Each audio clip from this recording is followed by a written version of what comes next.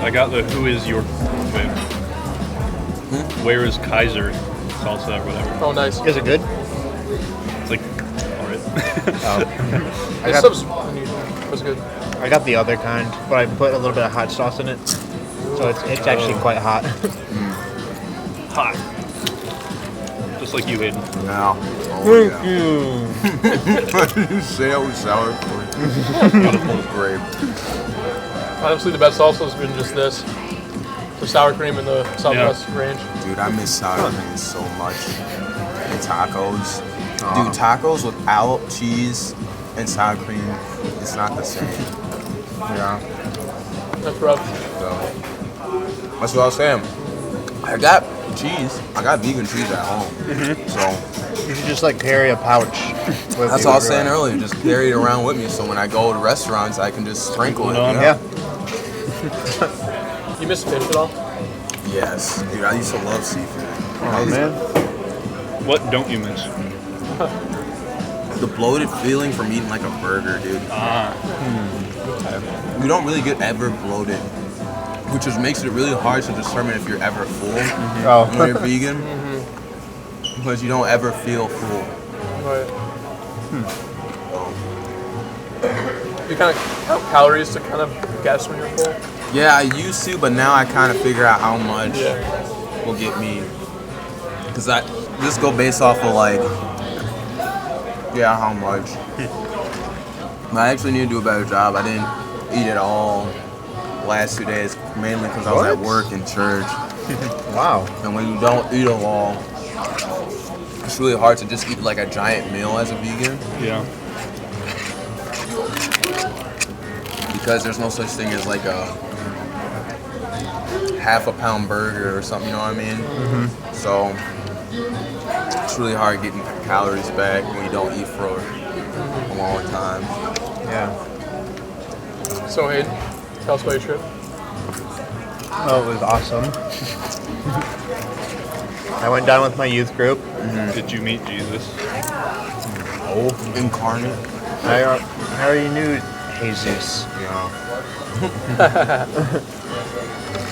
But yeah, we went to Honduras, which they speak Spanish there. Yeah. So we split into two teams. One team was teaching students English, Okay. and then the other team was doing like VBS type stuff with the little kids. I was on the English teaching team. Yeah. So we started every day. Well, we started every day with devotionals and breakfast, and then when the kids came, or when the students came, we took turns teaching them a portion of the gospel. So we split the gospel into 4 parts. There was creation and sin was the first part. Yeah. And Gracie taught about that, so she had a whole lesson prepared about creation and the fall. Yeah. And then I was after her the next day, and my talk was about how good works don't. Yeah. Get you. They don't save. Yeah, you can't Yeah. be saved by doing good things. So that was what my talk was on.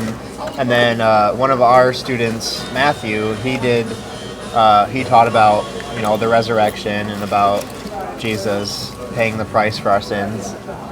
And then one of the other adults on the team, Dennis, he taught the 4th lesson, which was about what eternal life looks like, Yeah. and how it starts now and it lasts forever and everything.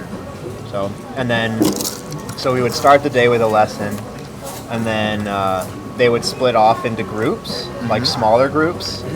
So and then each smaller group would meet with a teacher, like a local teacher. So they have actual teachers there teaching them English, but each of us would get paired with one of the teachers, and then we would help them teach the class. So I got paired with a guy named Nelson, who is actually the pastor of the church down there. Okay. That's cool. Yeah. Is he white? No, Oh, nope. He was he was a local. cool. So he spoke Spanish, but he also spoke English. So he was teaching the students English. But basically all I really did was he had like a textbook that was basically just full of English words and English sentences and stuff.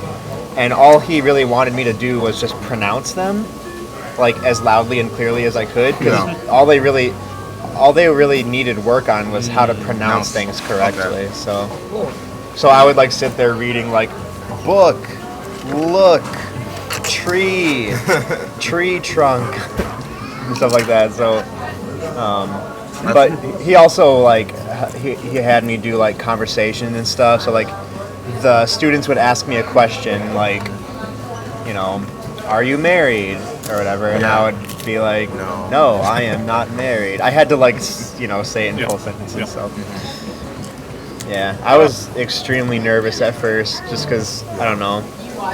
I'm not very good at conversations with strangers who speak my language.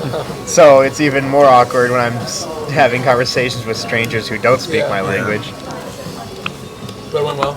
It did, yeah. After like the fourth day or so, I got used to it because I started to get to know the people that were there.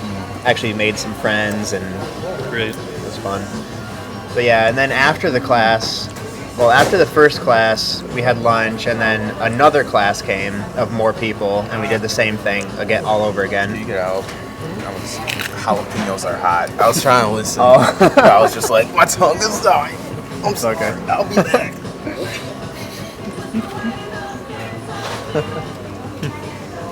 It's too bad he can't have dairy to cool that down. Now, before you left, you said it might be dangerous. Yeah. Not dangerous at all? No, not at all. Great. We were in like a compound, and it was there was a guard who was like specially trained and knew how to handle a gun and everything. So, but I mean, yes, it was dangerous, but we were Safe in your safe. compound. Yeah.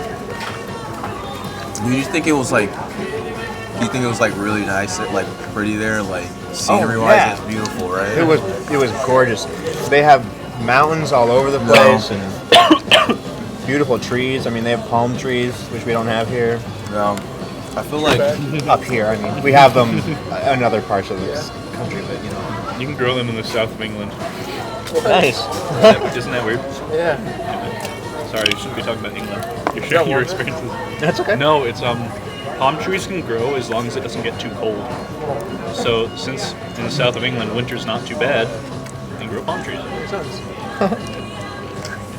But yeah, they got palm trees everywhere.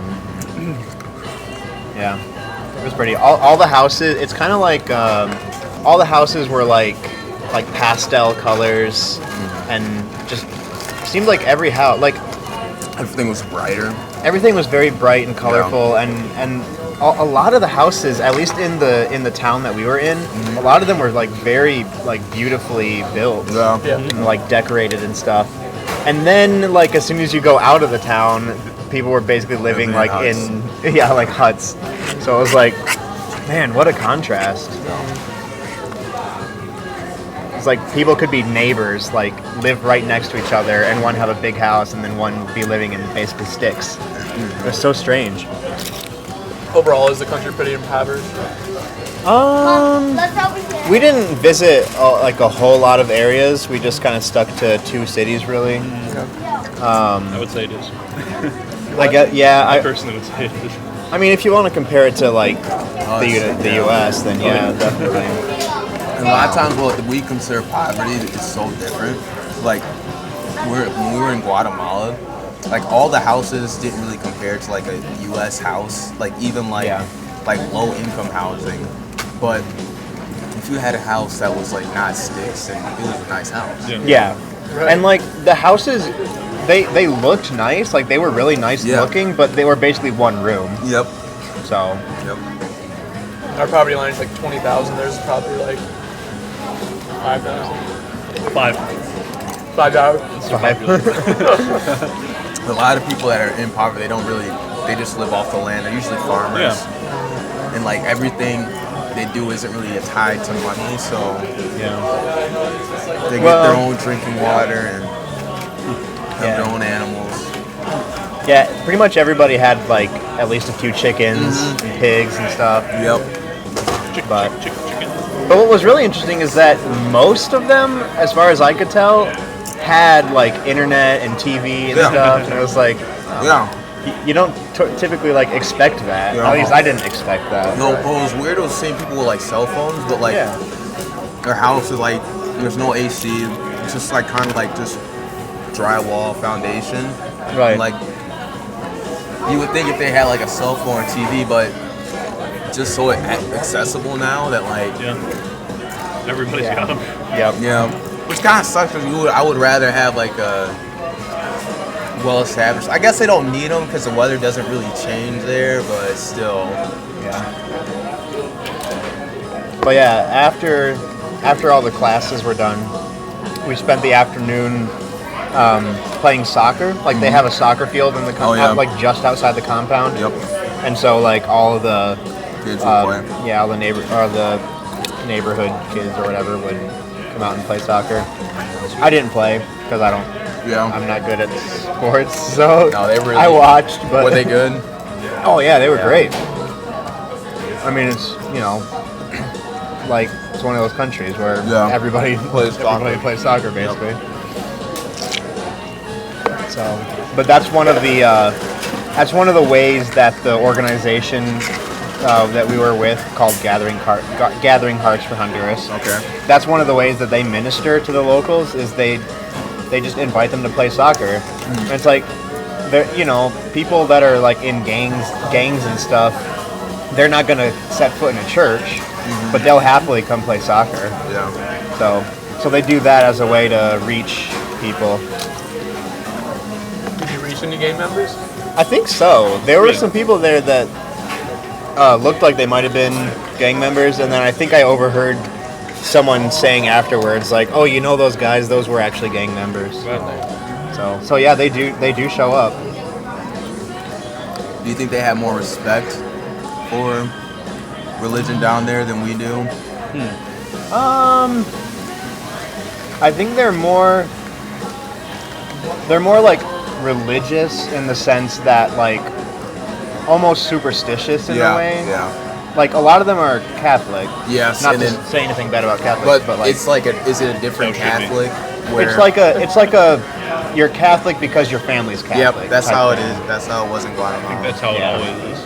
Yeah. Yeah, but it's weird because down there, like being Catholic is like, well, one family was like thought that was like they use it as an excuse, like you do like a bunch of the rules, but then which allow you to sin, I guess. Yeah. Like, It's like But- you sin because you're like, well, I can just pray afterwards Yeah. and I'll be fine or whatever. but I felt like they were more like religious, like the concept of God wasn't as like ridiculous to them. I felt like Yeah. they were like, yeah, Yeah. Like- they're more ready to believe. Like yeah. Whereas here, I feel like, granted, most people, have respect, but it's more so like, you're Christian, like, that's ridiculous, like, kind Yeah. of thing. Times we live in, man. That's, I don't know. It could be worse. Yeah. I think it's going to, but my fear is like it's getting worse. Like, I think it's going to get worse. So. Definitely will. Yeah. There's no escaping that. Yeah. Yeah. I feel like it's like the beginning of the, which is kind of bad to say, but the sin. Just read Silence, and then you'll be like, well, at least this isn't us. What? It's all about Christian persecution Yeah. in Japan Yeah. in the late 1600s. In Japan, you said? Yeah, in Japan. 'Cause Do you think it'll get bad to a point where like we're persecuted? Not in our generation. Not in our gen. Yeah, probably no. I mean, the worst it'll be is Star Trek What? in our current society. Yeah, where, when there where isn't. just like nobody is religious at all. Yeah. Yeah. Just we gotta save as many people as possible. Try to think about it this way. Try to think about it from the non-religious point of view. the reason why they lash out like that is because they feel like our country is super religious, Yeah. and they feel the need to lash out. But it is getting to a point where they feel like they have a voice. The reason they feel like they have a voice is because there are a lot of people who disagree with the religion. Yeah. They think we're too religious. I feel like we're not at all. I think I mean, nominally. Yeah. Us? Wait, do I feel that? Like you Wait. feel like non-believers think our country is too religious. Yeah, dude. Yeah. I think you're always, no matter what side you're on, you're always gonna feel like you're the underdog. Okay. So Yeah. we as Christians feel like we're the underdogs, and like everybody else is against us. Yeah. Whereas They probably feel like Yeah. that makes If sense. it's the same. we always want to blame the problems on the other Yeah, side. that makes sense. But I don't know. I think if you look at the culture and if you look at the media and stuff, it would seem that we're very much non-religious, or Yeah. at least like multi-religious. Yeah.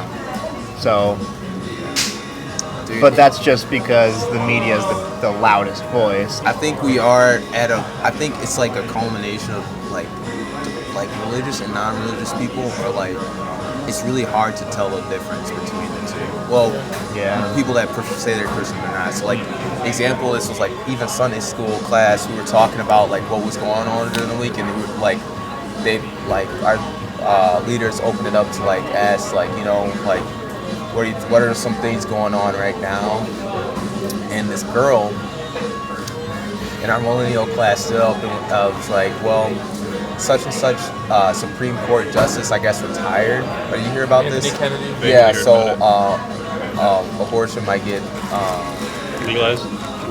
no Wait, is it overturned. legalized? It already is. So she was saying it might get overturned, Okay. and like that, and all these other great programs might get turned off, and she was like, that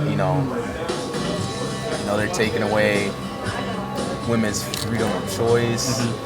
And so Wait, what? So listen. She's keep going on. She's like, She's yeah, against abortion, is what he said. no, she's No, for it's- abortion. Sorry. Based on She's what for- he was saying. Yeah, so she's for abortion. Like, so the leader's like, okay, it's Supreme Justice, and then they were like, and then she was like, yeah, like freedom's taken away, and so like next is gonna be birth control. So everybody, buy up as much birth control as you can, and like. So in the middle, after we had just talked about like some other stuff, I was just like, she's just lost. Like, there's people that like legit think like that and still think they are like, they just don't know, they're lost. Like that was just crazy to me that like, if she had a biblical understanding, she would understand like why abortion is wrong. But because of like our day and age, legit people can like think they are Christian, believe in God and stuff, and that's nothing wrong. We sin too, but like their foundation for like truth is just so different. It's so screwed. I was like, oh my gosh, this girl has no idea what she's talking about right now. And so like my Sunday school leaders did like the wise thing of like saying, okay, we understand that point. We couldn't really go into it because of the other things, but like I was just like, that girl had no idea what she was talking about. Like, but glad she's in church, so that that's a good thing. But like, The Catholic she's Church. she's come to church a couple times too before, so it's just. I don't know. It was just mind-boggling to me because at first I was like, wait, abortion be overturned, and then she was saying like women's freedom of choice, and I was like, oh god. I didn't mean to do it like that, but yeah. What are your guys' views on condoms? Huh? How do you guys view condoms? I used to think they were okay, that they were a good thing because they prevented.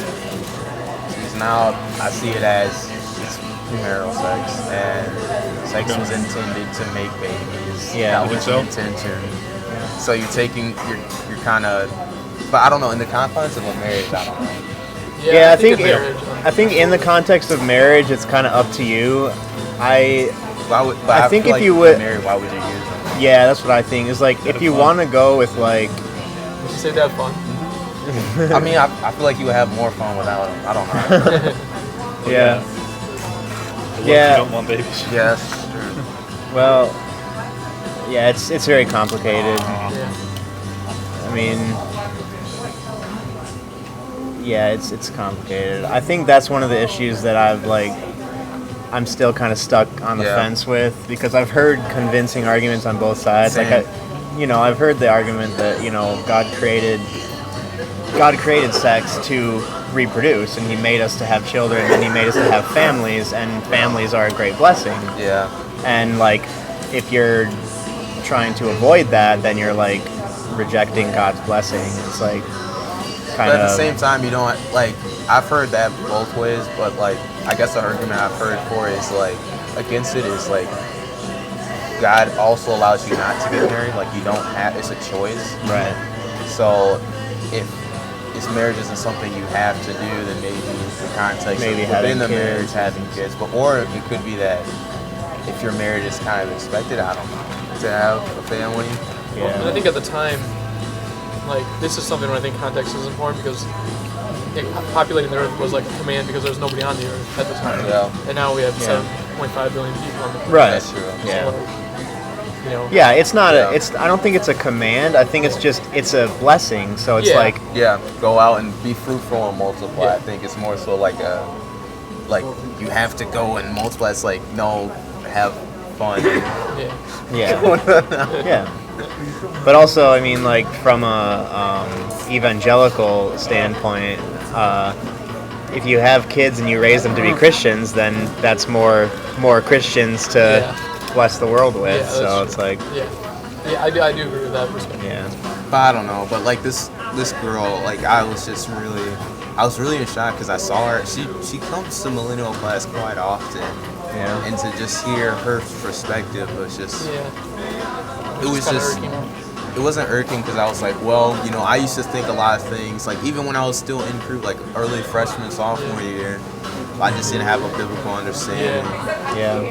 So I don't know. Yeah. That kind of gives you hope, though, because it's Yeah. when you think about the things that we used to believe. Yeah, exactly. That's true. I used to believe a lot of things that I think are crazy now, and it's Yeah. well, maybe there's hope for people Yeah. that have those beliefs. Yeah, that's a good point of view. Yeah. Yeah, I think you could, because the instance of that, let's say two people are married, but they're full-time ministries, or Yeah. they're living in Honduras, Yeah. where they travel the world, then it might not make sense to have a family, baby. but they're still Right. making disciples. So I don't know. Right. And I mean, kids cost $250,000. They're not Yeah. Yeah. So, Yeah, I think it's one of those things that you just talk to your Yeah. spouse about, and decide for yourselves. The Catholic Church is against anything that isn't natural sex. yeah. Okay. So I asked Jeff about it. He said, "Yeah, it's fine." What did you say? He said it's fine. Who, Jesse? Jeff. Jeff. Oh. So last year when I was doing Bible study with the other college students from my Catholic church, Yeah. first of all, it doesn't go well when I try to hang out with them because Yeah. they're so different from me. Oh. How so? I don't even know how to explain it. They're just it's like the sheltered kids that never. I have no idea how to explain it. Are they the stereotypical homeschooler? Kinda. Kind of. Yeah, not even having been homeschooled, just Catholic their whole lives, gone to Catholic schools. Okay. When I was at confession with a priest, he asked me which school I go to. I'm like, Western. He's like, oh, that's not a Christian school, is it? And I'm like, no. But anyway, so I was with them, condescending. and they handed out a packet about enjoying yourself better. So it's just don't feel like you always need to refrain from doing stuff. If your friends are drinking, you can go ahead and drink too, as long as you don't drink too much. Yeah. Stuff like that. And one of the things that I thought was really funny was when you're married, it's fine to have sex. You can be wild, you can have crazy sex. Just remember, don't use protection. I'm that's so different from what I'm used to hearing. That's funny. That's funny. Wild and crazy, they said. Yeah. It's fine. You can have wild sex. Yeah. Just Is that what this means in sign language? What? He's like, yes, you wild and creative sex. Oh. I was brushing the Oh. crumbs from my pants. Okay. Mike. Mike. So, I gotta say something about how the non-religious culture feels persecuted. It's just kind of. I want to use two examples. I saw an interview where they're asking a senator who has been pushing for a really long time against abortion. Yeah. I agree with that. But for one thing, of course, he's an old white guy. Yeah. He's like really old. I think he was in his 70s or 80s. And he's like a senator. Okay. And they ask him, so why do you think women get abortions? And he like didn't say anything at first. Then he laughed, and he's like nervously laughing. He's like, I never thought about it. And I'm like, well, no wonder people hate you. You make no attempt to understand them. Right. That's So, I think if he understood why women get abortions, he could try to solve the problems that Yeah. cause abortions and around abortions. Anyway, I was watching reviews of God's Not Dead. This guy was talking about why he thought it was bad. And to round it out, he said, I remember I was at, what was the band that was featured in God's Not Dead? Newsboys? Yeah. Newsboys. He was at a Newsboys concert, and he's like, and they, and he was like, and they, this is when they announced the God's Not Dead movie there, and whenever they played a clip of the Christian guy, and everybody in the audience cheered, and then when they played a clip of the atheist, everyone booed. And they got back to the Christian, and everyone cheered, and he's like, now this makes me think, what if there was an atheist in the crowd who was considering becoming a Christian and coming to Christ, and this is the reception he saw? Yeah. Yeah, I think we have to realize that, like, we have to show love first and then use to, like, Yeah. because I talked about this last week, but, like, the sermon, like, you guys should subscribe to this YouTube channel. It's called Transformational Church. And the pastor, I really like the pastor. Look at Is he the black pastor? Yeah, dude, he's really good. Gracie Oh, showed me is he the one who video. talked I about was gonna say dating? Gracie. Yeah, I so he's really liked it. I actually was like, if I could find a church like this, I would go to a church like that. But because it's like multicultural, like there's white ministers, black ministers, cool. and like they just give really good perspective. Like North you Pines get, is pretty multicultural. yeah, I really wanted to go to North Pine. I'm Are you still planning on moving to Grand Rapids? yeah, You should check out the church New City Fellowship. okay, It's multicultural and it has a black pastor. He's really cool. He is a. I'm trying to think of the right word. He's like an expert on Martin Luther King The summer crew Jr. group we're doing theology. bothers me sometimes because it feels like Talking over me? I'm talking to Mike. Okay, fine. Because are you done now? I guess. yeah. I thought I'm he was sorry, I didn't watching actually you. mean to Mike, interrupt you. go, I mean, It's Martin, okay. go ahead. I was just say sometimes the summer crew group bothers me. Yeah. And I'm not saying I'm right to be bothered. I'm just kind of explaining why I get bothered. Is it feels like somehow the conversation always Always rounds sounds to non-believers, other people, yeah. and it Really? bothers me because it feels non-understanding. Yeah, I feel like we It get feels into judgment of presumptuous. others. What's that, Rodney? We get into judgment of others. I feel like a lot of times. I think maybe I'll talk to Matt about that. Yeah, especially when the gay situation. Yeah, So we this talk is- about that like every week. So this was So like I was trying to bring it back to like an issue of because like basically he was saying like how like we can't like when we approach non-believers about something wrong, we can't like talk about that inherent sin because they don't understand like they don't believe in God, so Yep. they're not gonna find anything wrong with what they're doing. Yep. So you have to preach the gospel. You have to show love, but preach the gospel first, so they have an understanding of what's right and what's wrong, and like why it's so like he was saying like so yeah, if somebody's homosexual, like bring them on into the church, like show them love. You don't have to condemn. That's what I was trying to get to. Like you don't want to talk about like why. I know Matt was kind of pushing on like you can say like why like it's wrong through explaining marriage, but I feel like you can't just come up to somebody and be like especially if they're like they're homosexuals, and so we're going to persecute them probably most of their lives and just tell them that what you're doing is wrong. Like when you first meet someone, it's going to come off kind of bad. Or not bad, but like it's going to drive them away. Yeah. So you want to tell them who they are in Christ first, I feel like. Yeah. Like how much, what they're worth. A lot of gay people get Well- their identity from being gay. You know? Yeah. And I don't think that's good. I don't think you should ever get your identity from sexuality. Yeah. But you can't you can't just try to throw it out. Yeah. Right.